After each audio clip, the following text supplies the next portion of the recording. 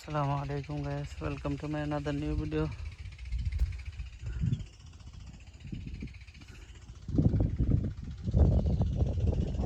কৃষকের জমি চাষ করা হয়েছে। ভিডিও করছিলাম, ওষুধ দিছিলাম তখন ভিডিও করছিলাম এলসার ওষুধ। এলসা মরার পরে এখন চাষ দিয়ে গেছে ট্রাক্টরে। এখন সাইডগুলা কোবাইতে হবে, কোবানোর জন্য আসছি।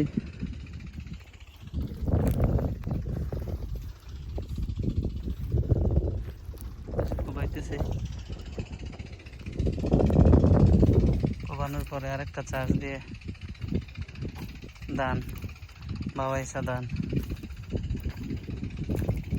ফেলে দেব। বাবাইসা ধান বানিয়ে দিব, যেটা 6 মাসে আসে, 5-6 মাসে আসে। বর্ষা সিজন পুরাটা থাকে, আবার অগ্রহায়ণ মাসে যদি ভালো হয় তাহলে কাটা পড়ে।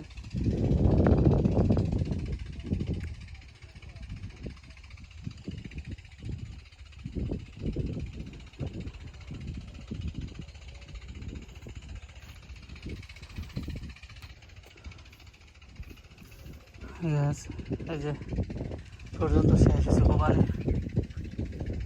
আলহামদুলিল্লাহ। অনেক কষ্ট, বহুত কষ্ট, বহুত অকল্পনীয়। যারা কৃষিকাজ করে তারা জানে, তারা বুঝে কি কষ্ট জমিন করা, ক্ষেত করা।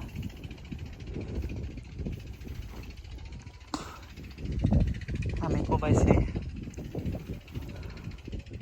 আমার আব্বা যান কুবের সাথে যে গাছগুলো আসলো, দুবরা বলেন, বিভিন্ন রকমের গাছ, এগুলা আগাছা, এগুলা পরিষ্কার করে ফেলছে, জমায় রাখছে, সাথে লাইলে জমায় রাখছে। এগুলা আইলের ভিতরে ফালাই রাখলেও পারতাম, কিন্তু না, এই জায়গায় ফালাই রাখলে আমারও প্রবলেম, আমার পাশের জমিওয়ালারও প্রবলেম।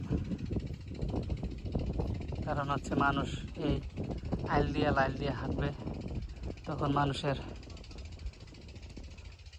লাথি খেয়ে এদিক ওদিক চলে যেতে পারে। তার জন্য এগুলা ওই যে পুকুর পান নিয়ে ফেলে দেব, যে ওরা এনে রাখছি ওরা দিয়ে দুল্লা ফেলে দেব। আগে কেমন ছিল আইল, আর এখন কি পরিষ্কার হয়েছে, রাতে দিনে তফাৎ হয়ে গেছে।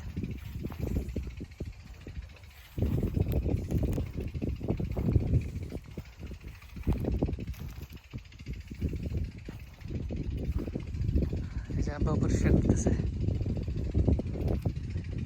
যারা সম্পূর্ণ ভিডিওটা দেখলেন তাদেরকে অসংখ্য ধন্যবাদ। চ্যানেলটাকে ফলো করে দিবেন, ফেসবুক আইডিটাকে ফলো করে দিবেন, লাইক কমেন্ট করবেন।